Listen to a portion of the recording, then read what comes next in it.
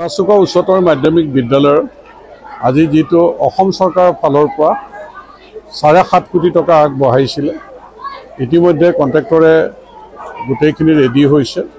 আজি মই বিধায়ক হিচাপে কামৰ শুভাৰম্ভ কৰিছোঁ পিডব্লিউডি ডিপাৰ্টমেণ্টৰ এক্সিকিউটিভ ইঞ্জিনিয়াৰ ডিপাৰ্টমেণ্টৰ লগত ৰাইজৰ সহযোগত। যে এইটো বহু দিনৰ মানুহৰ আশা আছিল বিদ্যালয়খন আন্তঃগাঁথনি উন্নয়ন কৰিবৰ কাৰণে। ইয়াত আজি 17টা ক্লাছৰুম তাৰপিছত আমাৰ লেবৰেটৰী 5টা, লাইব্ৰেৰী এটা, প্ৰিন্সিপালৰ ৰুম, ভাইচ প্ৰিন্সিপালৰ ৰুম, কমন ৰুম, টয়লেট 4টা, যে এই গোটেইখিনি লৈ পেলাই আজি কামৰ শুভাৰম্ভ হৈছে।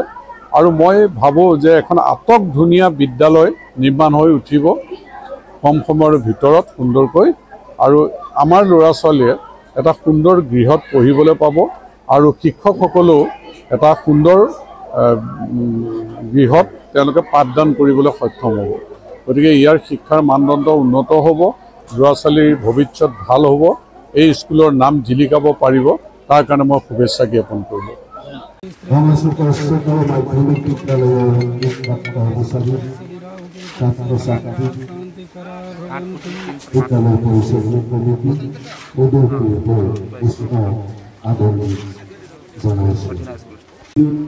পদ্ম হাজৰিকা ডাঙৰীয়া